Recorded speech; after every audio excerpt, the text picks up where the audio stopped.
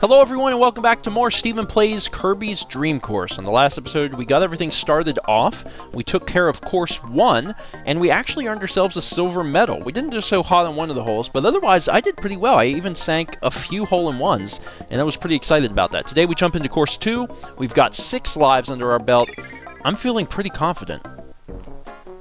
So now we see a few new things. See Kirby bouncing around, as what looks to be a tennis ball. That's actually an ability called Spark. And Spark is capable of taking out Kracko and Wispy. So this is pretty straightforward. We're going to treat it as if it is straightforward. We can't do a 100% shot, because if we do, we're going to fly over that enemy, which I think that enemy is actually a Poppy. I know that we know Poppy Brothers as the guys that throw bombs, but I'm pretty sure that's the same enemy. It's the same blue hat and everything. So we're going to do not 100%. I don't know what we're going to do. We're just not going to do 100%. We also, because we're doing a lob shot, we have the, forward spin, back spin thing. I'm going to aim for the middle, and then I'm going to do... God, I'm worried. I'm going to do about 75, maybe a little more. Okay, more. I got it, though. Bounce. You got this, Kirby. You got this. You got a nice hole-in-one. Not a bad way to start. Nice. That gives us yet another life. We're at 7. So we're moving on to the second hole. I can't complain about that. Crap. Okay, so there's Spark. Spark's... really, his only use is killing Wispy, and you can see here that's exactly what we're going to be using him for. I don't know if it's possible to get a hole-in-one on this one. It seems like it'd be very difficult, because you got to jump up in the air at some point to get that guy. Or, alternatively, and maybe this is how you do this, he could turn into the hole. I guess that's an option. Trying to figure out how I want to do this. I could basically just give myself almost no push here, and I would probably make it down the hill and everything. I just don't know if I would make it all the way to the broom hatter. I could also lob. Could lob at about 50% power with a bunch of forward spin. That would probably do it too. I kind of want to try that. That would really put me some places. I don't have to actually move this manually to do that. I can just do it myself. I just have to make sure that I hit that spark. If I miss that spark, things are bad. Things are really, really bad, because it's going to take a lot of effort to get back up here. In fact, I should do a little less than 50%, I think, maybe, just to make sure I hit him. So we're going to do forward spin. And we're going to do right there. Please hit the spark. Hit the spark. And activate Spark to kill off the Wispy Woods. And it's still not enough to get where we need to go. Well, that's unfortunate. But we're right under the enemy, and that is actually really useful, because that means that whenever we do a fly shot here, we're going to kill him. This could work. Crap. If we do this... Let's see, where am I giving myself backspin? That's not going to... Yeah, we would kill these guys, and the broom hatter would become the hole, but that's, I think, actually a better idea. If we turn this around... This is troublesome. Let's do this. I don't want to bounce over that guy, but the problem is, yeah, if we do that, I don't think we're going to have enough speed to get up that hill again. Okay, all right. This is probably not the best decision in the world, but maybe if we bounce at just the right moments, I'll be able to get up to that broom hatter. That's what I'm going to attempt. So we need to give ourselves a ton of backspin with 100% power and bounce at just the right moment, and we might make it. Bounce. Okay, we're not. We hit an edge, so it's not going to happen. All right, 3's not bad. That was hard, man. This is not an easy hole. Let's give ourselves some backspin to ensure we get in there. That's too much. That's just right. Right about here. Perfect. Bounce in there. There you go. The other cool thing that I haven't really pointed out because it's fairly unnecessary is that if you use an ability when you're going into the hole, sometimes the abilities actually make different noises than the standard enter hole sound, which is kind of nifty. I know Spark makes like an electric sound. So here we have a new obstacle. They're rotating. They're rotating squares, and they will push you around, and that's kind of sucky. Now, if we hit this button, that will stop. And in fact, it looks like this is a good way to get a hole-in-one. It looks like we can hit the button to turn them off, bounce around, and maybe do a hole-in-one. 75% power? Maybe a little more? It's not going to be enough, is it? I don't think it is. Oh! Dang it! Crap, I thought that I was maybe even going to possibly overshoot it. I didn't think that there was not going to be enough. Crap. That could have been a hole-in-one. So that was pretty easy. If you're wondering if Spark takes out Gordo, the answer is no. Spark will take out Kracko and Wispy, but it will not take out Gordo. Do not attempt. But, fortunately, because we held on to the Spark power, we can use it here. Now, if you lose a life, which would just be running out of tomatoes or going out of bounds, you will lose your ability, so it's possible to lose it. We're also going to get a new ability here, Speed, Wheel. This looks to me like an easy hole-in-one. I don't know if you guys see the chain of events going on here, but I think this is definitely something we could do. I don't think we need anything really special. I don't think we need to do a lob or do a forward spin or anything. I think we just need to do our normal thing with 100% power, or we didn't quite get it, but as long as we can get 2 wheel, we'll be alright. Hit wheel, and immediately use the power. Now you guys can see what's happening. Chain of events here. Bounce, hit the bounce, and we... Oh, God! Oh, that is awful. Put me right freaking there. Now, admittedly, I may have been able to do that if I got my bounces better. I know I pointed it out last episode, but if you press A right as you're bouncing, you will get a little extra boost.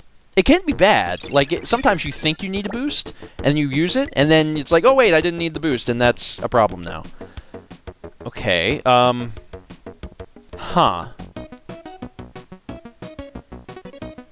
Alright, so earlier I skipped across water by giving myself forward spin. It's probably obvious, but if you have the wheel power, you don't have to do that. You can just use it and you'll shoot yourself right across the water. Now, it looks like we can take out the Broom Hather and also the squid thing pretty easily. We're going to shoot over here. We're going to kill that thing. There's an edge to stop us. But then we're going to be faced with 2 of these guys. Is there a better option than using the wheel? The wheel is the obvious one. I think I'm just going to do what the game intended and try this out. Full power, activate wheel, kill that thing, bounce, and we're stuck. Crap, maybe I should have done it a different way. Yeah, at this point it's actually going to make it a little bit more difficult. Now, we can't use wheel again. This is a ramp. This would kill us. We would be dead, and that would suck. So let's not die.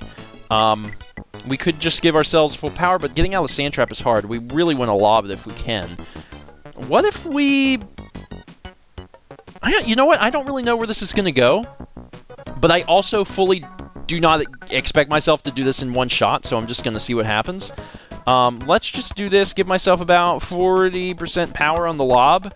It's not like I'm going to go out of bounds, so we'll just see what happens. So that takes care of that guy. Do not use wheel, or I will be in deep trouble. Okay, maybe I can just That's exciting!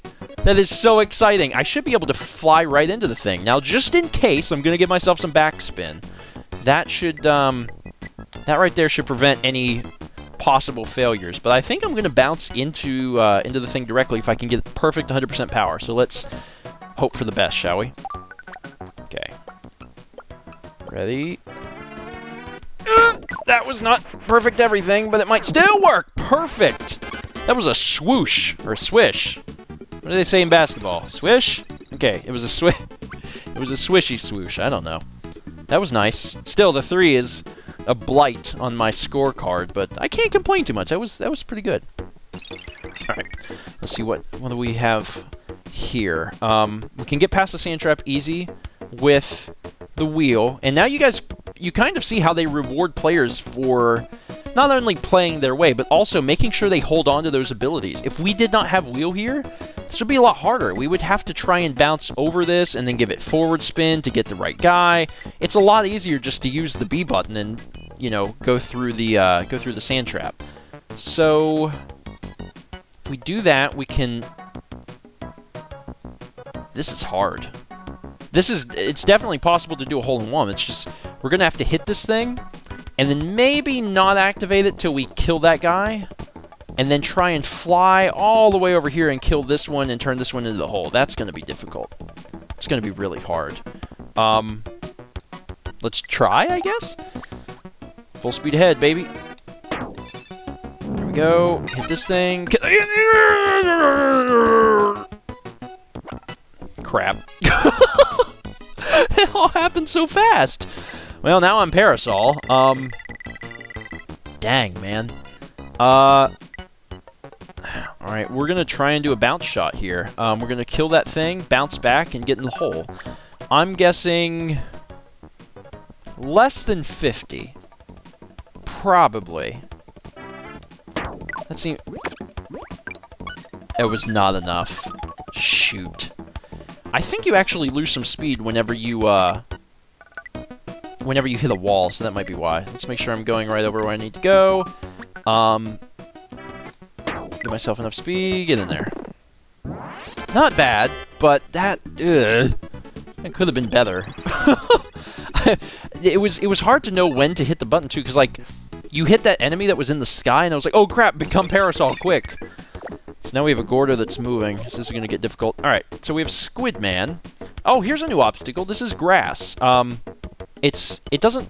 I don't think it affects your speed at all. It's just you then start moving in the direction of the arrow. So that can be bad. I may be able to plan for this. But this is going to be... That would be stupid difficult. Not going to happen. That bounce is not... That's not going to happen, so I shouldn't even try that. Now, if I hit this guy, I'm going to bounce back. But I'm also going to go that way, so if I... No, we need to go this direction. Sort of. No, no. Oh, God, this is hard. No, Kirby, go right. We need to somehow kill the octopus. But we need to go... Oh, this is not... Is that gonna work? Maybe? Ugh. We're trying to kill the octopus, and then we're not trying to go straight because we know that there's gonna be some kind of curve on it a little bit. Also, look here, no edge, so we can't go too fast or things are gonna not be okay. The other thing is that Gordo's moving. So we have to do this when Gordo is out of our way. I'm thinking 75% power and also a lot of prayer. Here goes something. Oh! That wasn't bad. It was not awful. But that was hard. Let's see, we're heading towards the arrow. Actually, this is something I don't know. I wonder if, since we're heading towards the arrow, if it's going to affect things. Because we're heading right towards it.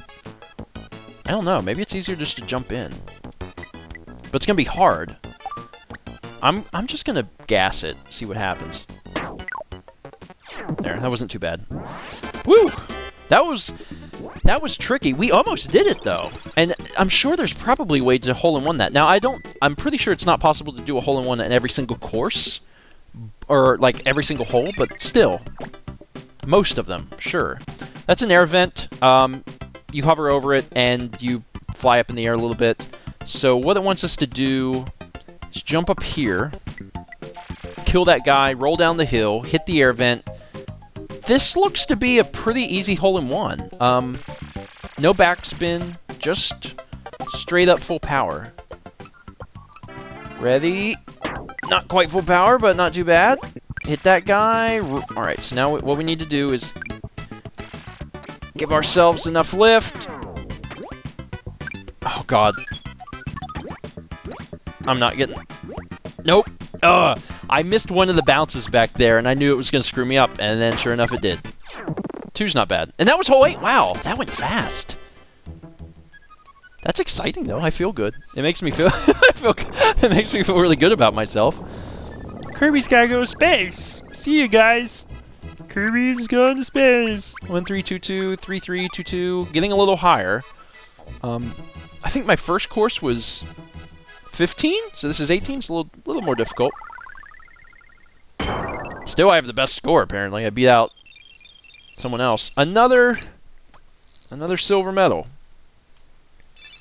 I was kind of hoping for a gold, but I don't think it's going to happen. It's actually kind of a shame because as the courses go on, they obviously get more difficult. And I was hoping that I would get a gold, and if I don't have them in the first 2 courses, I'm really skeptical I'm going to get them in the later ones. Good job. Good job, Stephen. You did all right. And that means that we finish up course 2, and we zoom on over to course 3. Obviously, that's going to be it for this episode. Thank you guys so much for joining me, and be sure to join me next time for another episode of Stephen Plays Kirby's Dream Course.